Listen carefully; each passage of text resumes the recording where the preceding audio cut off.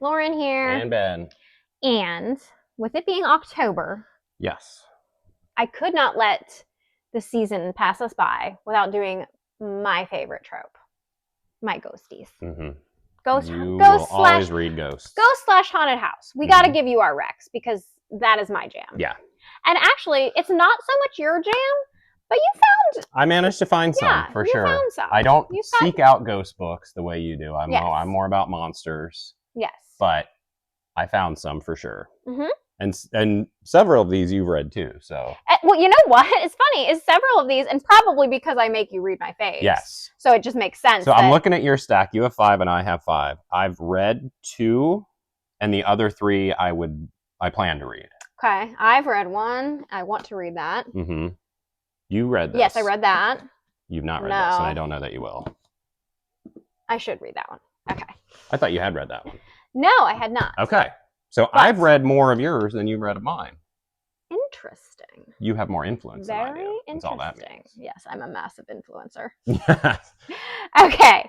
Let me start with, this is a random little guy called The Myrtles Plantation. It's the true story, guys, getting a clue here. Mm-hmm. True story of America's most haunted house. Which we've been to. I know, in Louisiana. Mm-hmm. Louisiana. Mm-hmm. Near New Orleans, yes. Yeah.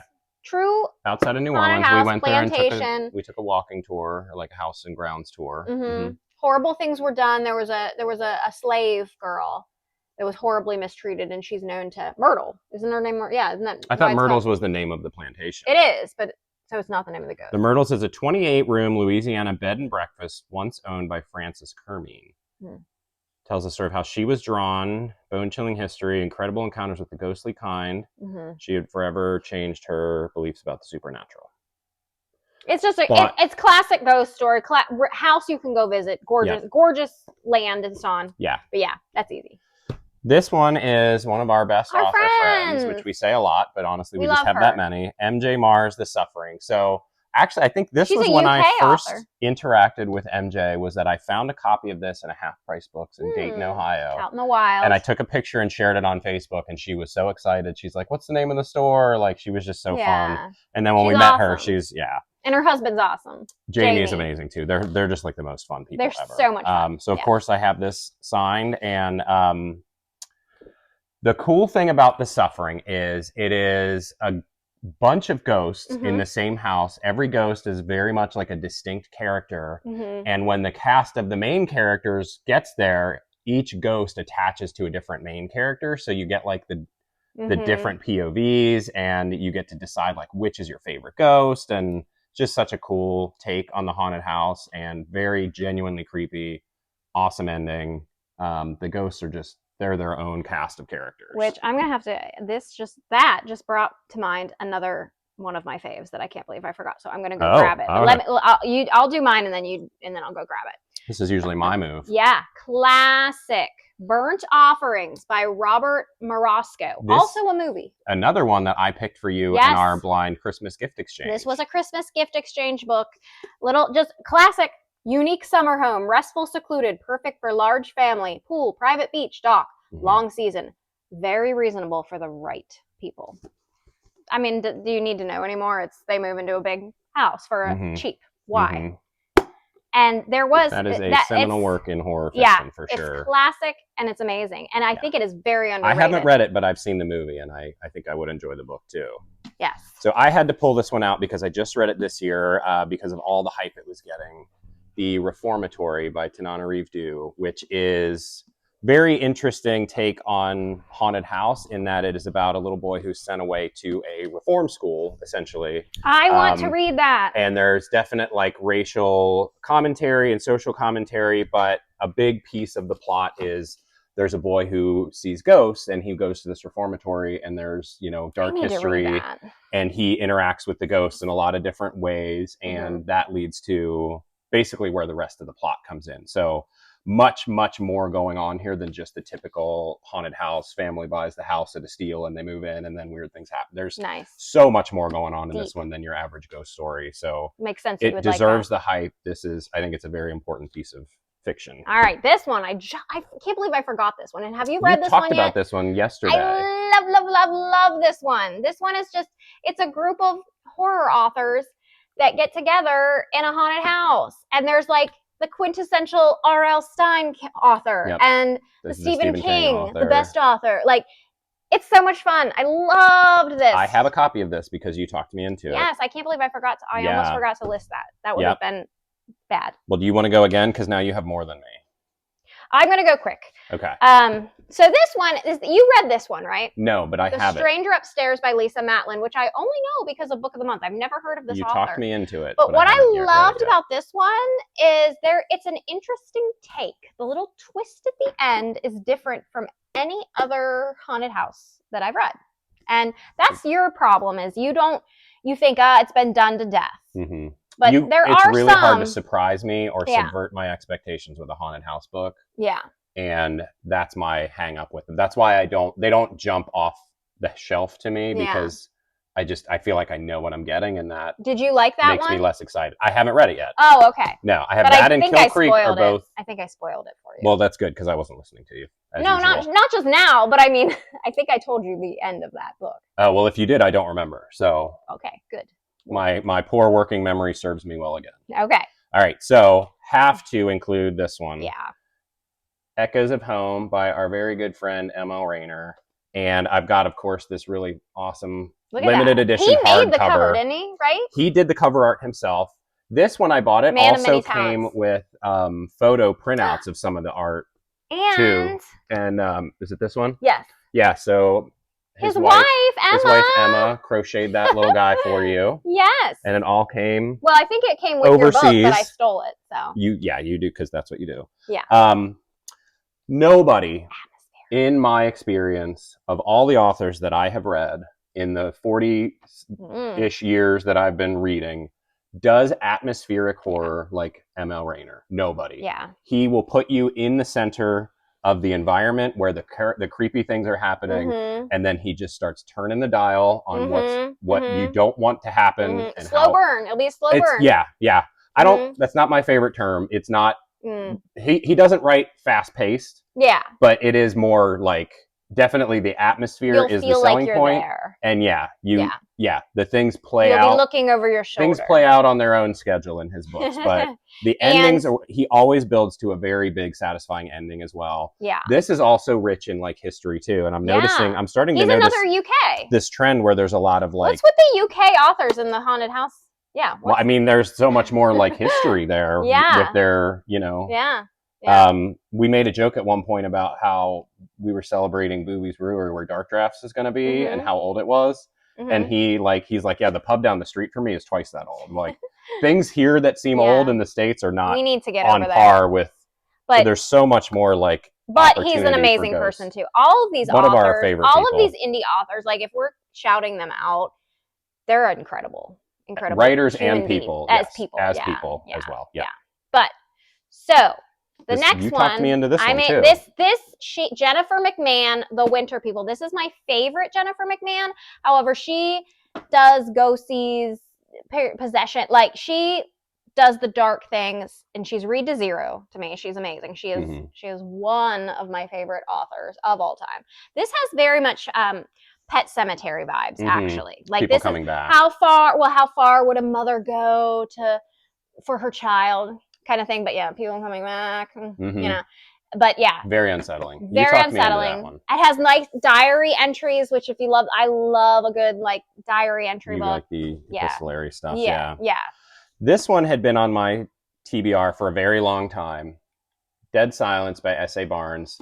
So when I tell you like haunted house doesn't normally get me because I need something different, this is not a house. This is a deserted spaceship. So there's that whole like. Event Horizon kind of vibe where it's like this ship disappeared and then it comes back and there's nobody left alive and they have to go inside and like figure out what happened, and so it's not haunted house, it is haunted spaceship. Yes.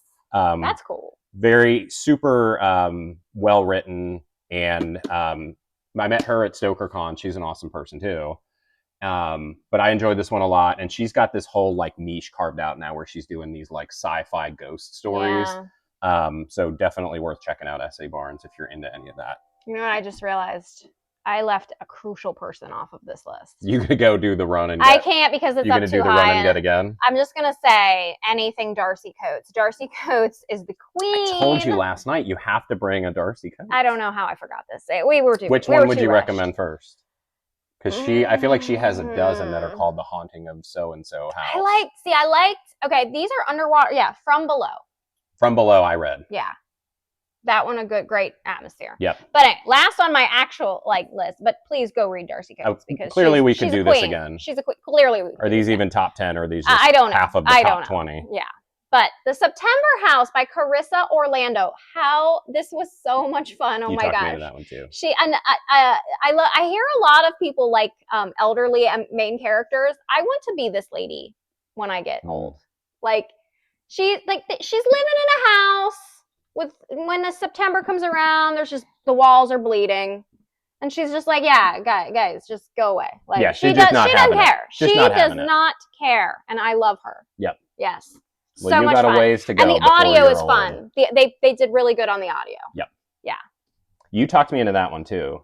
Yeah. So yeah, I think there's one book in yours that I'm like have not expressed clear interest in reading. I'm so much of a mood reader. It's very hard for people to recommend books to me because I have to really, even though the Christmas book exchange you and I do. Your reading depends heavily on your mood. It depends heavily on my mood.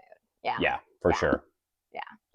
Okay, so the last one that I grabbed is Memory and Bone by J.S. Bailey, who is our friend Jennifer Bailey that is co-owner of the Cincy Book Rack. So we've talked about her. We love her. To that store on the book crawl. She was in our YouTube video of her store was in the crawl. Mm-hmm. So we will link that one below. Go back and watch our where we toured all the bookstores. Yes. Because hers is in there. The Cincy Book Rack. Such a supporter of indie horror. Yes. So she had previously published this under a different title and then went back and reworked it and re-released it with a Kickstarter. I think it was probably like a year and a half ago, give or take.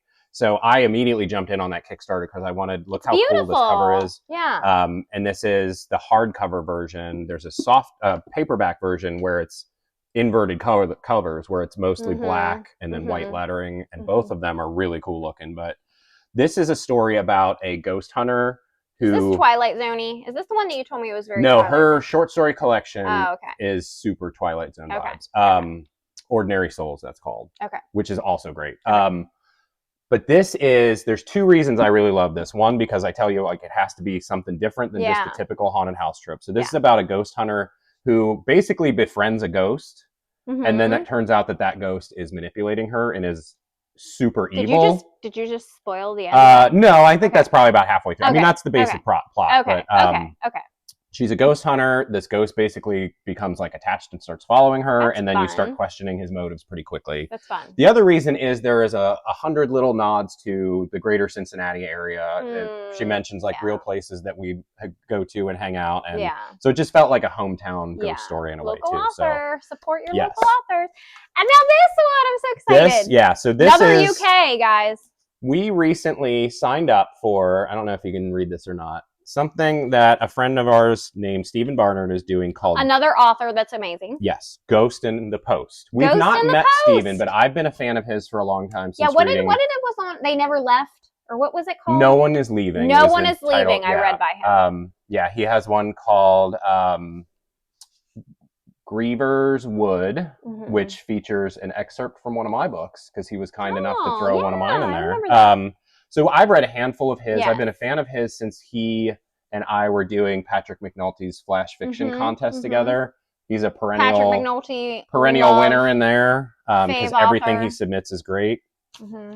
So a lot of great flash fiction. We've read his novels are great. This is really kind of different. So basically you sign up and you get these letters in the mail, and essentially a ghost story plays out over the course of these letters. And I actually just read them yesterday, so this is very fresh to me. But it's like, this is cool, like glossy stock paper. Fun is this? So it's front and back. There's 2 letters in each of these 2 envelopes. Like, Picture of the family. They moved into this house that was like sort of in the family. There's some like family tension and infighting, and it's really all covered in these letters between like the dad and the grandma. The thing is you order this and you get this sent in the mail to you. This came in our mailbox. Yes, it comes in your mailbox. It feels like a whole story. So there's And I mean, even looking at these pictures, which Steven's an artist too. He does some of his own covers. I don't know if he actually.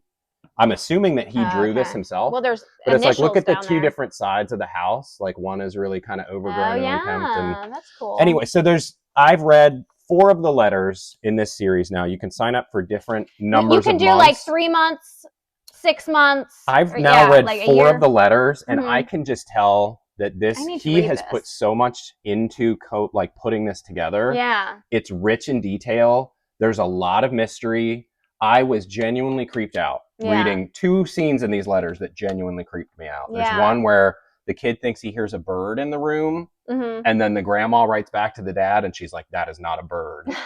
Like, what you're hearing is not. And then there was a scene where the little girl sees something. Yeah. But like Steven's writing prowess combined with this fresh take on who doesn't like getting mail? I want to get mail. Vehicle. Yeah. Like, there's nothing else like this that I'm aware of.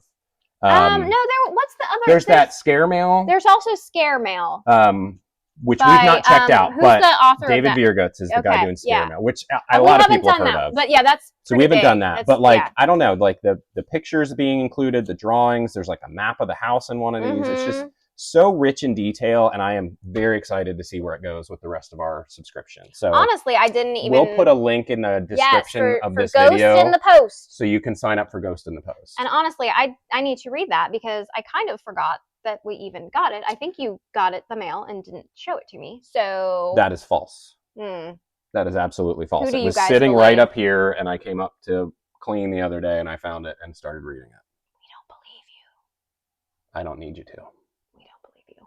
But yeah, guys, give us your favorite ghost stories. What are your favorite? What are our can't misses? Yeah. Have you read a Darcy? Like, what was the most surprising haunted house book you read? That's what I want to know. Yes. A haunted house book that is not like any other haunted house. Twist on the haunted house. So yeah.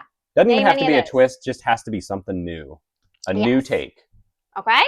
All right. See you next time. Bye, Booze.